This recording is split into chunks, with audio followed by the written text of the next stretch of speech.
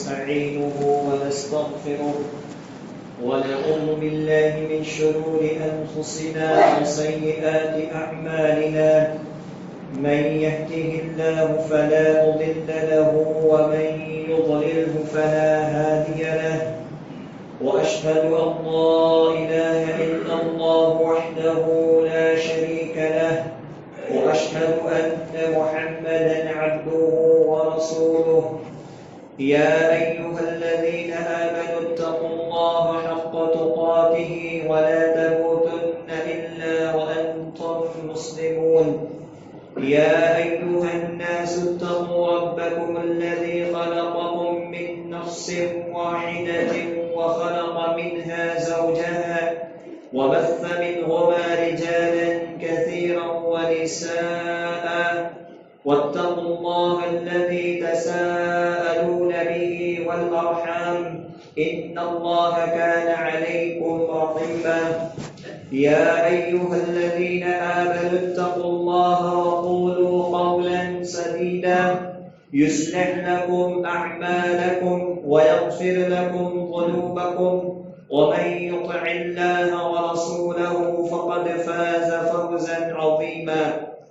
أما بعد فإن خير الحديث كتاب الله وخير الهدي هدي محمد صلى الله عليه وسلم وشر الأمور محدثاتها وكل محدثة بدعة وكل بدعة ضلالة وكل ضلالة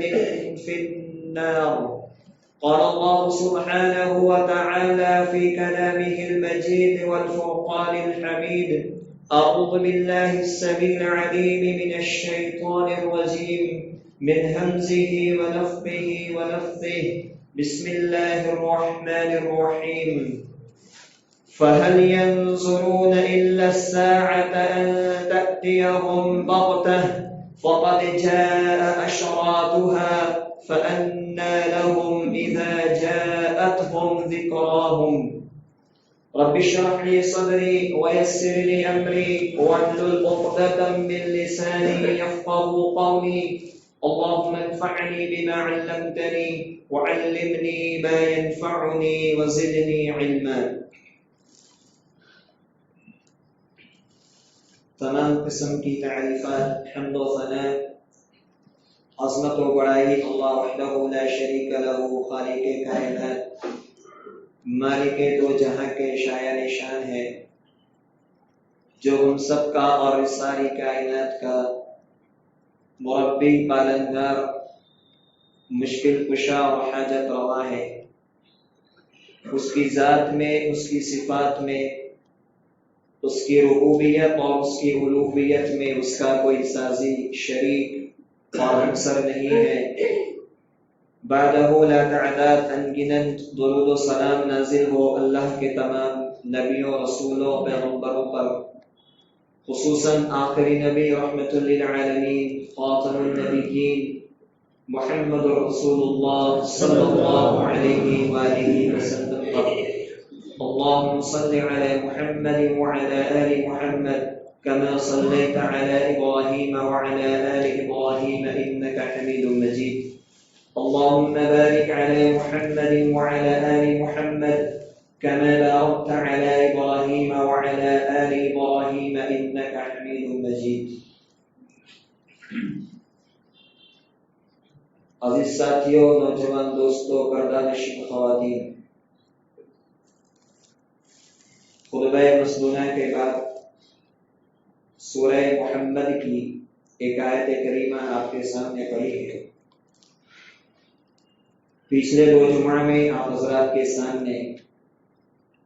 علامات قیامت کے تعلق سے چند باتیں پیش کی گئی تھی اور نبی اکرم صلی اللہ علیہ وسلم نے قیامت سے پہلے جو نشانیاں اور جو علامتیں واقع ہونے والی ہیں، جسے علامات صغرا یعنی چھوٹی نشانیاں کہا جاتا ہے،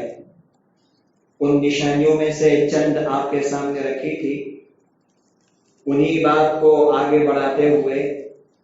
آج بھی اس بابرکت خطبہ جمعہ کے موقع پر قرب قیامت رونما ہونے والی چند چھوٹی نشانیاں قرآن و حدیث کی روشنی میں آپ کے سامنے پیش کی جائے گی۔ سورہ محمد کی جو آیت آپ کے سامنے پڑھی ہے، اس آیت کریمہ میں اللہ نے یہ بات بیان فرمائی ہے کہ جب لوگوں کے سامنے قیامت کی نشانیاں آ جائے اور جب لوگ اپنی آنکھوں سے دیکھ لے کہ نبی اکرم صلی اللہ علیہ وسلم نے جو علامات، جو نشانیاں بتائی تھی، ان نشانیوں کو دیکھ لے تو انہیں چاہیے کہ اب نصیحت پکڑ لے، اب وہ نصیحت پکڑ لے، کیونکہ جب قیامت آ جائے گی تو اس وقت نصیحت پکڑنے سے انسان کو کوئی فائدہ نہیں ہوگا۔ اللہ رب العالمین کفار سے مخاطب ہونے فرماتا ہے کہ فَهَلْ يَنظُرُونَ إِلَّا السَّاعَةَ أَن تَأْتِيَهُم بَغْتَةً، کہ یہ لوگ قیامت کا انتظار کر رہے ہیں کہ اچانک ان کے اوپر آ جائے۔ فَقَدْ جَاءَ أَشْرَاطُهَا، جبکہ اس کی نشانیاں ان کے سامنے آ چکی ہے۔ یعنی اللہ رب العالمین نبی اکرم صلی اللہ علیہ وسلم کے زمانے میں موجود کفار سے یہ کہہ رہا ہے فقد جاء اشراطها، کہ اس کی نشانیاں تمہارے سامنے آ چکی ہے، جبکہ نبی اکرم صلی اللہ علیہ وسلم کے زمانے میں بہت ساری نشانیاں ظاہر نہیں ہوئی تھی، بہت سی نشانیاں ظاہر نہیں ہوئی تھی۔ ساری نشانیاں اور زیادہ تر نشانیاں جو ہے وہ نبی اکرم صلی اللہ علیہ وسلم کے دنیا سے جانے کے بعد رونما ہوئی، لیکن اس کے باوجود بھی اللہ کفار سے یہ کہہ رہا ہے کہ اس کی نشانیاں تمہارے سامنے آ چکی ہے، اور قیامت کی سب سے عظیم نشانی نبی اکرم صلی اللہ علیہ وسلم کی بعثت ہے، آپ کی نبوت ہے، آپ کی رسالت ہے، کیونکہ یہ بات آپ کے سامنے پیش کی گئی تھی کہ نبی اکرم صلی اللہ علیہ وسلم نے فرمایا کہ بُعِثْتُ أَنَا وَالسَّاعَةُ كَهَاتَيْنِ، کہ میں اور قیامت بالکل ایسے ہی مبعوث کیے گئے ہیں، ایسے ہی بھیجے گئے ہیں جیسے کہ انسان کے ہاتھ کی دو انگلیاں ہیں۔ یہ دو انگلیاں جن کے اندر کوئی تفاوت نہیں، کوئی جدائی نہیں ہے، بالکل ایسے ہی میرا اور قیامت کا معاملہ ہے۔ پھر آگے اللہ نے فرمایا فَأَنَّى لَهُمْ إِذَا جَاءَتْهُمْ ذِكْرَاهُمْ، کہ جب وہ آ جائے گی، یعنی قیامت کا جب وقوع ہو جائے گا تو انہیں نصیحت پکڑنے سے کوئی فائدہ نہیں، انہیں نصیحت کہاں ملنے والی ہے، سمجھداری کہاں ملنے والی ہے، سیدھا راستہ کہاں ملے گا جبکہ قیامت واقع ہو جائے گی۔ تو یہ آیت بتلا رہی ہے کہ قیامت کے واقع ہونے سے پہلے اگر انسان اس کے اشراط کو، اس کی علامات کو دیکھ رہا ہے، جیسا کہ ہم آپ اس دور کے اندر بہت ساری نشانیوں کا مشاہدہ کر رہے ہیں جو نبی اکرم صلی اللہ علیہ وسلم نے بیان فرمائی ہے، تب ہمارے اور آپ کے لیے ضروری ہے کہ ہم اپنے آپ کو سنبھال لے اور قیامت میں پیش آنے والے اعمال کی طرف توجہ دینا شروع کریں۔ محترم حضرات، نبی اکرم صلی اللہ علیہ وسلم نے جو نشانیاں بتلائی ہے ان میں سے ایک نشانی یہ ہے کہ قرب قیامت انسان کے اندر سے امانت داری ختم ہو جائے گی۔ امانت داری ایک بہت بڑی نعمت ہے، امانت داری انسان کی ذمہ داری ہے کہ انسان امانت کی حفاظت کرے۔ وہ امانت چاہے کسی انسان کی دی ہوئی ہو، مال کی صورت میں ہو، منصب کی صورت میں ہو، اور اللہ سبحانہ و تعالیٰ کی دی ہوئی نعمتوں کی صورت کے اندر ہو، انسان کو اللہ رب العزت نے جو جو امانتیں دی ہے اس کی حفاظت کرے، اور حفاظت کرنے کے ساتھ ساتھ جس کی امانت ہے اس کو صحیح طور سے واپس لوٹائے۔ امانت کیسا ختم ہوگی؟ حذیفہ بن یمان رضی اللہ تعالیٰ عنہ فرماتے ہیں، صحیح بخاری کی روایت ہے کہ نبی اکرم صلی اللہ علیہ وسلم سے میں نے دو باتوں کو معلوم کیا، دو حدیثوں کو میں نے جانا، ان میں سے میں ایک تو دیکھ رہا ہوں اور دوسرے کا انتظار کر رہا ہوں۔ ایک تو میں نے دیکھ لی لیکن دوسرے کا انتظار کر رہا ہوں۔ نبی اکرم صلی اللہ علیہ وسلم نے فرمایا کہ نزلت الامانۃ علی جذور قلب الرجال، کہ اللہ نے امانت کو لوگوں کے سینوں پہ نازل کیا۔ امانت کو اللہ رب العالمین نے لوگوں کے سینوں کی جڑ پہ نازل کیا، اندرونی حصے میں نازل کیا، اور پھر اللہ رب العالمین نے اس کے بعد قرآن کا علم دیا، سنت کا علم دیا، جس میں اللہ رب العالمین نے امانت کی حفاظت کی باتیں اللہ رب العزت نے بیان کی۔ پھر حذیفہ بن یمان رضی اللہ تعالیٰ عنہ فرماتے ہیں کہ حدثنا رسول اللہ صلی اللہ علیہ وسلم عن رفعها، اللہ کے رسول صلی اللہ علیہ وسلم نے اس کے بعد مجھ سے امانت کے ختم ہو جانے کے بارے میں فرمایا۔ امانت کیسے ختم ہو جائے گی، امانت کا کیسے خاتمہ ہوگا، اور لوگوں کے اندر سے ایمانداری کس قدر مٹ جائے گی، اس کا ذکر کرتے ہوئے آپ نے فرمایا کہ ایک آدمی رات میں سوئے گا، ایک آدمی رات میں سوئے گا تو امانت اس کے سینے سے چھین لی جائے گی، اس کے سینے سے نکال لی جائے گی، اور ایک معمولی سا نشان اور معمولی سا دھبا امانت کا ہے، بس وہی اس کے دل کے اندر باقی رہ جائے۔ پھر آپ فرماتے ہیں کہ پھر وہ دوسری مرتبہ سوئے گا تو جو امانت کا معمولی حصہ بچا ہے، جو حصہ باقی ہے، اللہ سبحانہ و تعالیٰ اسے بھی اس کے دل سے اٹھا لے گا، وہ بھی اس کے سینے سے سلب کر لیا جائے گا، اور بالکل امانت ایسے ہی بچ جائے گی جیسے تم میں سے کسی کے پیر کے اوپر سے گرم انگارے کو لڑکھایا جائے، گرم انگارہ پیر کے اوپر سے گزرے تو اس کے گزرنے سے انسان کے پیر میں معمولی سا چھالا پڑتا ہے، پھپھولا ہو جاتا ہے، اور پھر وہ سوکھ کر کے کڑا سا جو ہے نشان باقی رہ جاتا ہے۔ فرمایا کہ ویسے ہی بس انسان کے سینے کے اندر، دل کے اندر امانت کا ایک معمولی سا دھبا اور نشان باقی رہ جائے گا، باقی امانت جو ہے انسان دل سے اٹھا لی جائے گی۔ پھر آگے آپ نے فرمایا کہ لوگ صبح کریں گے اور خرید و فروخت کے لیے، تجارت کے لیے، کاروبار کے لیے بازار میں نکلیں گے تو لوگ پوچھیں گے کوئی امین ہے، کوئی امانت دار ہے، کوئی امانت دار ہے، امانت داروں کی کمی ہو جائے گی۔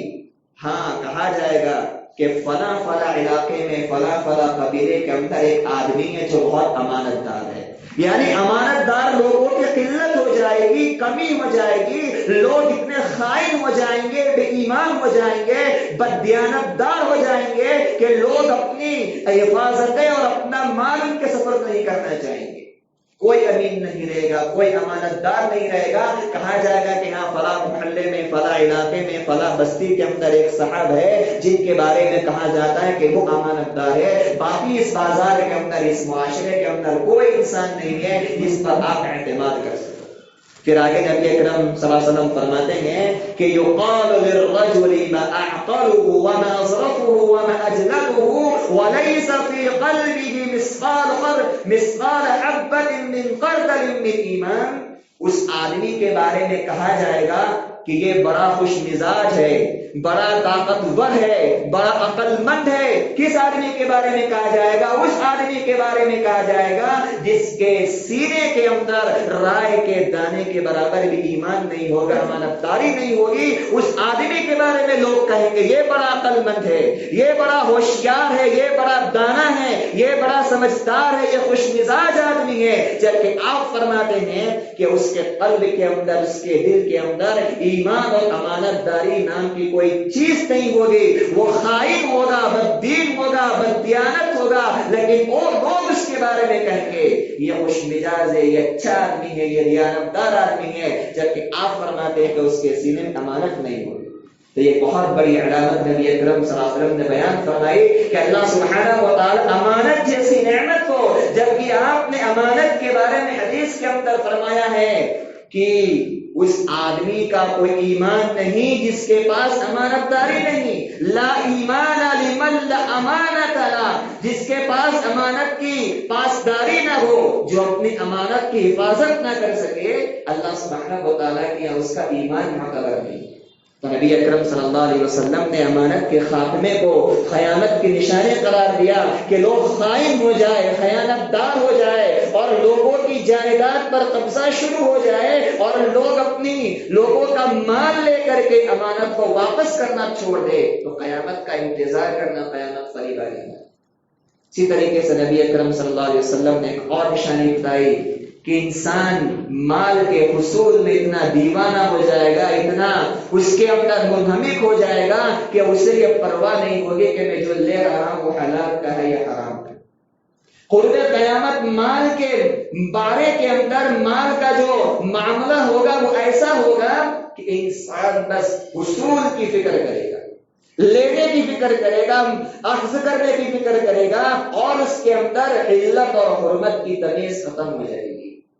علت اور حرمت کی تمیز ختم ہو جائے گی۔ صحیح بخاری کی روایت نبی اکرم صلی اللہ علیہ وسلم ارشاد فرماتے ہیں کہ یأتی علی الناس زمان لا یبالی المرء ما اخذ من الحلال ام من الحرام، کہ لوگوں پر ایک ایسا وقت آنے والا ہے، ایک ایسا زمانہ آنے والا ہے کہ انسان کو کوئی فکر نہیں ہوگی، کوئی پرواہ نہیں ہوگی کہ میں نے جو لیا ہے، میں نے جو بسایا ہے، میں نے جو حاصل کیا ہے وہ حلال کا ہے یا حرام کا ہے۔ تمیز ختم ہو جائے گی، اس کی فرق ختم کر دے گا انسان، بس ایک ہی دھن سوار ہوگا اور اس کے دماغ کے اندر ایک ہی سوچ ہوگی کہ مجھے مال حاصل کرنا ہے، مال جمع کرنا ہے، حلت اور حرمت کی تمیز اور فرق جو ہے وہ ختم کر دے گا، وہ اسے بلا دے گا۔ تو آپ نے فرمایا یہ قرب قیامت ایسا ہوگا کہ انسان اپنے مال کے اخذ کرنے میں، مال کے لینے میں اللہ سبحانہ و تعالیٰ کے بتائے ہوئے حلال اور حرام کے قانون کو فراموش کر دے گا، اسے چھوڑ دے گا اور اسے بلا دے گا۔ اسی طریقے سے نبی اکرم صلی اللہ علیہ وسلم نے ایک علامت اور نشانی یہ بتائی ہے کہ قرب قیامت میری امت کے لوگ، قرب قیامت میری امت کے لوگ اپنی معاشرت میں، اپنے عقائد میں، اپنے رہن سہن میں، اپنے معاملات میں، اپنے اوڑھنے اور بچھانے میں، اپنے کھانے اور پینے کے اندر، خلق و نویش میں، غرض کے ہر معاملے کے اندر پچھلے قوم کی اتباع کریں گے، ان کے نقش قدم پر چلیں گے۔ اور آج دنیا کے اندر یہ چیز عام ہے، نبی اکرم صلی اللہ علیہ وسلم کی بتائے ہوئے سنتوں کو اور آپ کے فرامین کو چھوڑ کر کے آج مسلمان اپنی زندگی کو ویسے ہی گزار رہا ہے جیسے کہ غیر گزار رہے ہیں۔ جس طریقے سے مغربی دنیا چل رہی ہے اسی طریقے سے آج کا مسلمان بھی چل رہا ہے۔ اس کو اللہ کے رسول صلی اللہ علیہ وسلم نے قیامت کی علامت اور نشانی قرار دیا ہے کہ میری امت جو ہے پچھلے قوموں کی اتباع اور پیروی کے اندر لگ جائے گی۔ صحیح بخاری کی روایت نبی اکرم صلی اللہ علیہ وسلم فرماتے ہیں لا تقوم الساعة حتى تأخذ أمتي بأخذ القرون قبلها شبرا بشبر ذراعا بذراع،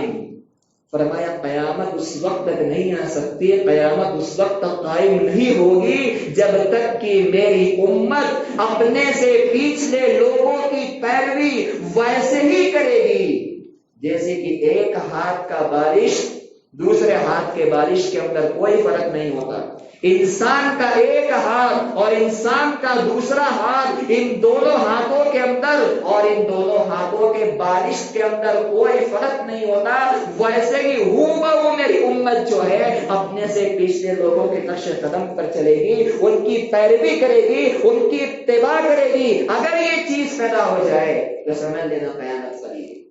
پھر صحابہ کرام نے نبی اکرم صلی اللہ علیہ وسلم سے سوال کیا، آپ سے پوچھا اے اللہ کے رسول صلی اللہ علیہ وسلم امین الفارس والروم، کہ آپ کی مراد جو ہے یہ پارسی ہے، یہ نصرانی ہے، اور بعض روایات کے اندر یہود کا ذکر آتا ہے کہ کیا آپ کی مراد یہود ہے، نصارہ ہے، یہ مجوسی ہے، پارسی لوگ ہیں؟ اللہ کے رسول نے فرمایا وَمِنَ النَّاسِ إِلَّا وَمِنَ النَّاسِ أُولَٰئِكَ، کہا کہ ان کے علاوہ اور کون ہو سکتا ہے،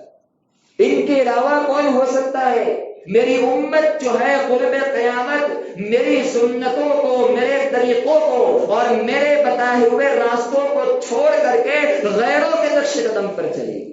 غیروں کو اپنا رہنما بنائے گی، غیروں کو اپنا اسوہ بنائے گی، غیروں کو اپنا لیڈر بنائے گی اور غیروں کو اپنا نمونہ بنائے گی، اور اپنے کھانے میں، اپنے پینے میں، اپنے وضاحت میں، اپنے لباس میں، اپنی چال اور ڈھال میں، اپنے رہن اور سہن کے اندر ویسے ہی وہ فریضہ انجام دے گی جیسے وہ انجام دیتے ہوں گے۔ یہاں تک کہ آپ نے دین کے معاملے کے اندر بیان فرمایا کہ میری امت کے بعض طبقات ایسے ہوں گے جو اپنے دین کے اندر، اپنے عقائد کے اندر اور اپنے دینی امور کے اندر بھی میری سنت کو چھوڑ کر کے غیروں کی اتباع، ان کے نقش قدم کی پیروی کریں۔